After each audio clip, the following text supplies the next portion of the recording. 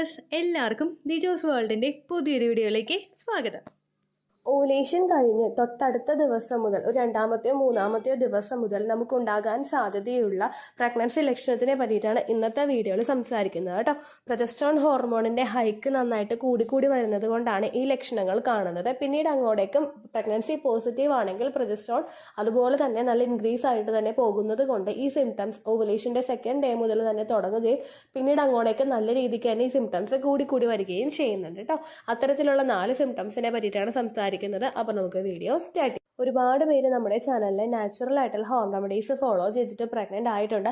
അവരുടെയൊക്കെ success stories കാണാൻ വേണ്ടിയിട്ട് നിങ്ങൾ യൂട്യൂബിൽ പോയിട്ട് സക്സസ് സ്റ്റോറി ദിജൂസ് വേൾഡ് എന്നും പറഞ്ഞ് കൊടുക്കുവാണെങ്കിൽ ഓരോരുത്തരുടെയും സക്സസ് സ്റ്റോറീസ് സ്ക്രീൻഷോട്ട് അടക്കം തംബ്നെയിലിൽ ആഡ് ചെയ്ത് വെച്ചിട്ടുള്ളത് നിങ്ങൾക്ക് കാണാനായിട്ട് സാധിക്കും. അതിൽ നിങ്ങളുടേതായിട്ടുള്ള സെയിം ഹെൽത്ത് കണ്ടീഷൻസ് ഉള്ള ആളുകൾ എന്തൊക്കെ ടിപ്സ് ആണ് ഫോളോ ചെയ്തതെന്ന് നോക്കുക. അതിൽ നിങ്ങൾക്ക് ഫോളോ ചെയ്യാൻ പറ്റുന്ന യൂസ്ഫുൾ ആയിട്ടുള്ള ടിപ്സ് ഫോളോ ചെയ്യാനായിട്ട് പ്രത്യേകം ശ്രദ്ധിക്കണം. ഒരിക്കലും ഒരു ഡോക്ടറുടെ ട്രീറ്റ്മെന്റിന് സബ്സ്റ്റിറ്റ്യൂട്ട് ആയിട്ടുള്ളതല്ല നമ്മുടെ ചാനലിൽ പറയുന്ന ഒരു ടിപ്സും തന്നെ.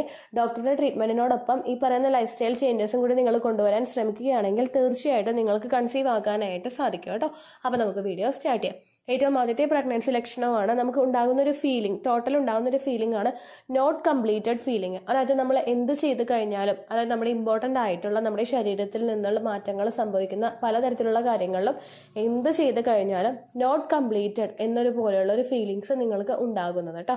എന്തിനൊക്കെയാണ് ഈ മാറ്റങ്ങൾ ഉണ്ടാകുന്നതെന്ന് നമുക്ക് നോക്കാം. ഏറ്റവും ആദ്യത്തേത് മോഷൻ പോകുന്ന സമയത്താണ്. അതായത് രാവിലെ നമ്മൾ മോഷൻ പാസ് ചെയ്യാൻ പോയി ഇരുന്ന് കഴിഞ്ഞാലും മുഴുവനായിട്ട് പോയി തീരാത്ത തരത്തിലുള്ള ഒരു കണ്ടീഷൻ കണ്ടിന്യൂസ് ആയിട്ട് വന്നുകൊണ്ടിരിക്കുന്നത് പലർക്കും പ്രഗ്നൻസിയുടെ സ്റ്റാർട്ടിംഗ് സ്റ്റേജിൽ ഉണ്ടാകുന്ന ഒരു മാറ്റമാണ്. എന്തുകൊണ്ടാണ് ഇങ്ങനെ ഉണ്ടാകുന്നതെന്ന് വെച്ച് കഴിഞ്ഞാൽ ഏറ്റവും ആദ്യത്തെ ഒരു ബുദ്ധിമുട്ടാണ് പ്രൊജസ്ട്രോൺ ഹോർമോണിന്റെ ഇൻക്രീസ്. പ്രൊജസ്ട്രോൺ മോഷൻ പോകുന്ന ഒരു പ്രോസസ്സ് സ്ലോ ഡൗൺ ആക്കുന്നുണ്ട്. സ്ലോ ഡൗൺ ആക്കുക മാത്രമല്ല, മോഷൻ പോകുന്നതിന്റെ ആ ഒരു ഘടനയെ ഇത് ഹാർഡർ ആക്കാനും കൂടി കാരണമാകുന്നു. ഇത് നമുക്ക് എപ്പോഴും ഹാർഡർ ആയിട്ട് പോയിക്കൊണ്ടിരിക്കുമ്പോഴേക്കും നമ്മൾ ഒരുപാട് പ്രഷർ കൊടുക്കുന്നു, പക്ഷെ ഒട്ടും തന്നെ മുഴുവനും പോയി തീരാത്ത തരത്തിലുള്ള അല്ലെങ്കിൽ ഒരു സാറ്റിസ്ഫാക്ഷൻ കിട്ടാത്തത് പോലുള്ള അവസ്ഥ നമുക്ക് ഉണ്ടാകുന്നതിന് കാരണമാകുന്നുണ്ട് കേട്ടോ. അതായത് നമുക്ക് എപ്പോഴും പോകണം എന്നുള്ളൊരു ടെൻഡൻസി ആയിരിക്കും, പക്ഷെ പോയി കഴിഞ്ഞാൽ കുറച്ച് മാത്രമേ പോവുള്ളൂ. അങ്ങനെയുള്ളൊരു കണ്ടീഷൻ നിങ്ങൾക്ക് ഉണ്ടാകാനായിട്ട് ചാൻസ് ഉണ്ട് കേട്ടോ. രണ്ടാമതായിട്ട് നിങ്ങൾ എന്തെങ്കിലും പ്രിനേറ്റൽ വിറ്റമിൻസ് ഒക്കെ എടുക്കുന്നുണ്ടെങ്കിൽ, അയോണിന്റെ പോലുള്ള മെഡിസിൻസ് ഒക്കെ എടുക്കുന്നത് നമ്മുടെ മോഷൻ പോകുന്നത് ഹാർഡർ ആകാൻ വേണ്ടിയിട്ടും മോഷനിൽ ബ്ലാക്ക് കളർ ചേഞ്ചസ് ഉണ്ടാകാൻ വേണ്ടിയിട്ടും കാരണമാകുന്നുണ്ട് കേട്ടോ. ഈ മോഷൻ പോകുന്ന സമയത്ത് പോസിറ്റീവ് ആകുന്ന എല്ലാവർക്കും പലപ്പോഴും ഭയങ്കര ഡാർക്ക് ആയിട്ടുള്ള കളറിൽ, ബ്ലാക്കിന്റെ തന്നെ അല്ലെങ്കിൽ ബ്രൗണിന്റെ എക്സ്ട്രീം ബ്രൗണിന്റെ കളറിലും ചേഞ്ചസ് മോഷനിൽ കാണാറുണ്ട് കേട്ടോ. പൊതുവെ അങ്ങനെയുള്ള വ്യത്യാസം നിങ്ങൾക്ക് ഉണ്ടാകാം. അടുത്തതാണ് പൈൽസ് ഉണ്ടാകുക എന്ന് പറയുന്നത്. ഓൾറെഡി പൈൽസ് ഉള്ള ആളുകൾക്ക്, മോഷൻ പോകാനായിട്ട് ഭയങ്കര ബുദ്ധിമുട്ടുള്ള ആളുകൾക്കൊക്കെ പ്രഗ്നൻസി പോസിറ്റീവ് ആകുന്ന സമയത്ത് ഈ ഒരു കണ്ടീഷൻ ഭയങ്കര വേഴ്സ് ആയിട്ട് തന്നെ ഉണ്ടാകാനായിട്ട് ചാൻസ് ഉണ്ട്. ഞരമ്പൊക്കെ ബൾജ് ചെയ്ത് പുറത്തേക്ക് വരാനായിട്ടുള്ള സിറ്റുവേഷൻസും ഭയങ്കര കൂടുതലാണ് കേട്ടോ. അടുത്തത് ഈ ഒരു അവസ്ഥ ഉണ്ടാകുന്നത് യൂറിൻ പോകുന്ന സമയത്താണ്. നമ്മൾ ഏറ്റവും ആദ്യം പോയി യൂറിനേറ്റ് ചെയ്ത് വരുന്നു, ഒരു 10 മിനിറ്റ് കഴിയുമ്പോൾ തന്നെ പിന്നെ യൂറിനേറ്റ് ചെയ്യണം എന്നുള്ളൊരു ടെംപ്ടേഷൻ നമുക്ക് കണ്ടിന്യൂസ് ആയിട്ട് വന്നുകൊണ്ടിരിക്കുക. അതും കംപ്ലീറ്റ് ആകാത്തത് പോലുള്ള ഒരു ഫീലിംഗ് ആയിരിക്കും നമുക്ക് ഉണ്ടാവുന്നത് കേട്ടോ. ഏറ്റവും ആദ്യത്തെ ഇങ്ങനെ ഉണ്ടാകാനായിട്ടുള്ള കാരണമാണ് ഡീഹൈഡ്രേഷൻ. ഡീഹൈഡ്രേഷൻ ഉണ്ടാകുന്ന സമയത്ത് നമുക്ക് ശരീരത്തിൽ ഹൈഡ്രേറ്റഡ് ആയിട്ടിരിക്കണം എപ്പോഴും പ്രഗ്നന്റ് ആകുന്ന ഒരു ലേഡിയുടെ ശരീരം. ഡീഹൈഡ്രേഷൻ ഉണ്ടാകുന്ന സമയത്ത് നമ്മുടെ ബോഡിക്ക് ഒരുപാട് വാട്ടർ റിക്വയർമെന്റ് വേണ്ടി വരും. എസ്പെഷ്യലി പ്രഗ്നൻസിയുടെ ആദ്യത്തെ മാസങ്ങളിൽ പിന്നീട് അങ്ങോട്ടേക്കുള്ള സമയത്ത് അമ്നോട്ടിക് ഫ്ലൂയിഡിന്റെയും പ്ലാസന്റയുടെയും ഒക്കെ പ്രവർത്തനങ്ങൾ നന്നായിട്ട് നടക്കണമെങ്കിൽ, ഒരു ഇഷ്യൂസ് ഒന്നും ഇല്ലാതെ നടക്കണമെങ്കിൽ നമ്മുടെ ശരീരത്തിൽ ആഡിക്വേറ്റ് ആയിട്ടുള്ള വാട്ടർ റിക്വയർമെന്റ് ഉണ്ടായേ പറ്റുള്ളൂ. ഇത് ഉണ്ടാകാത്ത കണ്ടീഷൻസ് ആയി കഴിഞ്ഞാൽ ഡീഹൈഡ്രേഷൻ ബോഡിയിൽ ഉണ്ടാകും. ഡീഹൈഡ്രേഷൻ ഉണ്ടാകുന്ന സമയത്ത് നമുക്ക് യൂറിനേറ്റ് ചെയ്ത് കഴിഞ്ഞാൽ മുഴുവനായിട്ട് പോകാത്തതുപോലെ പിന്നെയും ഒഴിക്കണം എന്നുള്ള ഒരു കണ്ടീഷൻ നമുക്ക്, അല്ലെങ്കിൽ ഒരു വിചാരം നമുക്ക് കണ്ടിന്യൂസ് ആയിട്ട് ഉണ്ടാവാനായിട്ട് സാധ്യതയുണ്ട് കേട്ടോ. അടുത്തൊരു ബുദ്ധിമുട്ടാണ് നമുക്ക് യൂറിനറി ഇൻഫെക്ഷൻ വരുന്നത്. പ്രഗ്നൻസി പോസിറ്റീവ് ആകുന്ന സമയത്ത് ഒട്ടുമിക്ക സ്ത്രീകൾക്കും യൂറിനറി ഇൻഫെക്ഷൻ ഉണ്ടാവാറുണ്ട്. ചില സ്ത്രീകൾക്കൊക്കെ പ്രഗ്നൻസിയുടെ സ്റ്റാർട്ടിംഗ് സിംറ്റം ആയിട്ട് ഉണ്ടാകുന്നത് യൂറിനറി ഇൻഫെക്ഷൻ ആണ് കേട്ടോ.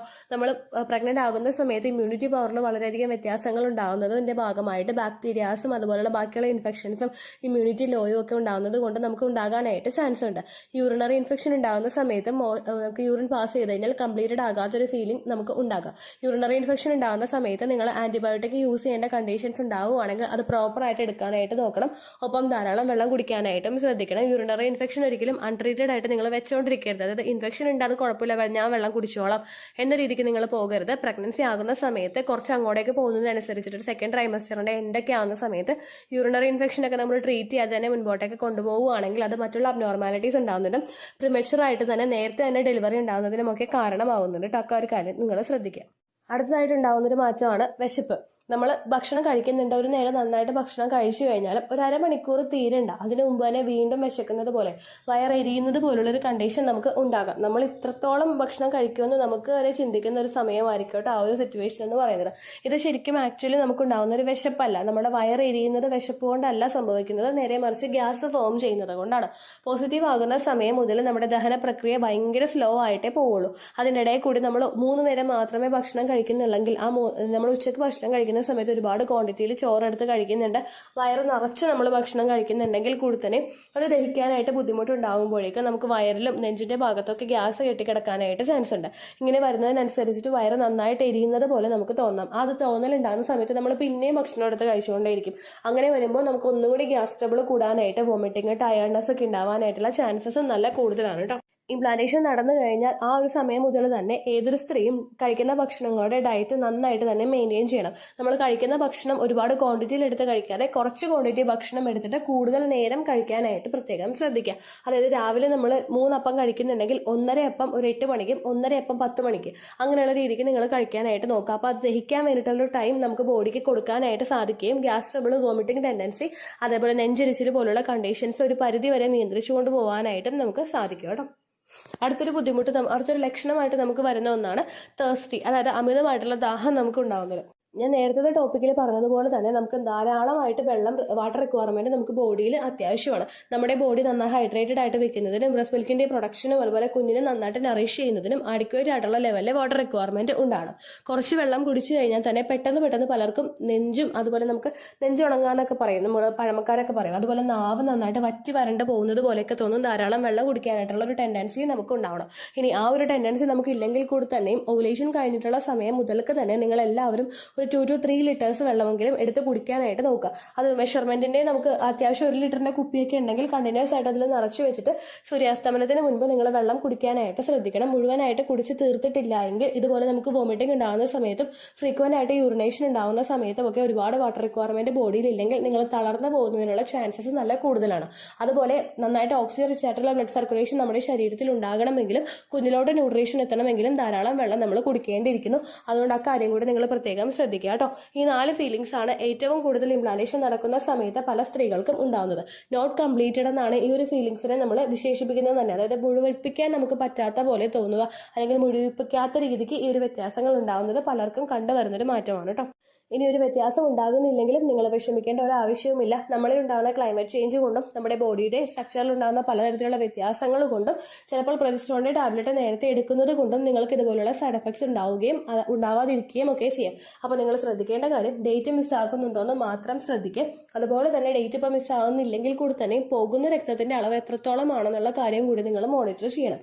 നിങ്ങൾക്ക് കഴിഞ്ഞ മാസത്തെ അപേക്ഷിച്ച് അല്ലെങ്കിൽ മാസങ്ങളെ അപേക്ഷിച്ച് പോകുന്ന രക്തത്തിന്റെ അളവ് വളരെയധികം കുറവാണ്, അല്ലെങ്കിൽ പീരിയഡ്സിന് പോലുള്ള വേദനയോ മറ്റുള്ള ഡിസ്കംഫോർട്ടോ ഒന്നും തന്നെ നിങ്ങൾക്ക് ഉണ്ടാകുന്നില്ലെങ്കിൽ അപ്പോഴും നിങ്ങൾ ഡേറ്റ് മിസ്സായിട്ട് 5 ദിവസത്തിന് ശേഷം ടെസ്റ്റ് ചെയ്ത് നോക്കണം.